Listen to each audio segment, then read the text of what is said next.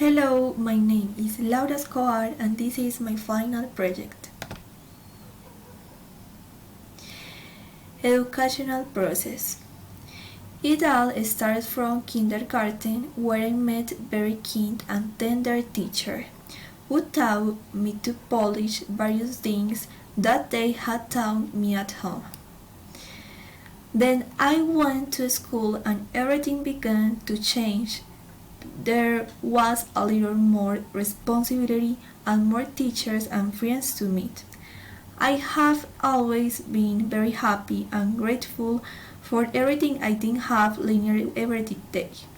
Because thanks to my parents, teachers, and myself, I am now responsible, disciplined in many aspects, a good person, and with a dreamy look. What would you like to do after your school graduation? After my graduation, I would like to start taking more responsibility than normal because I will start my career next year to work to be able to cover some personal expense and also to be able to enjoy that beautiful stage that is about to begin. If you are going to continue studying, what and where will you study? Will study architecture in UPB. Everything is ready to start my first semester next year and I am very excited.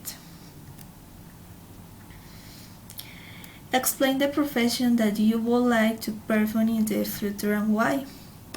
I would like to be an architect because I am a very creative woman. I love design and construction attracts my attention.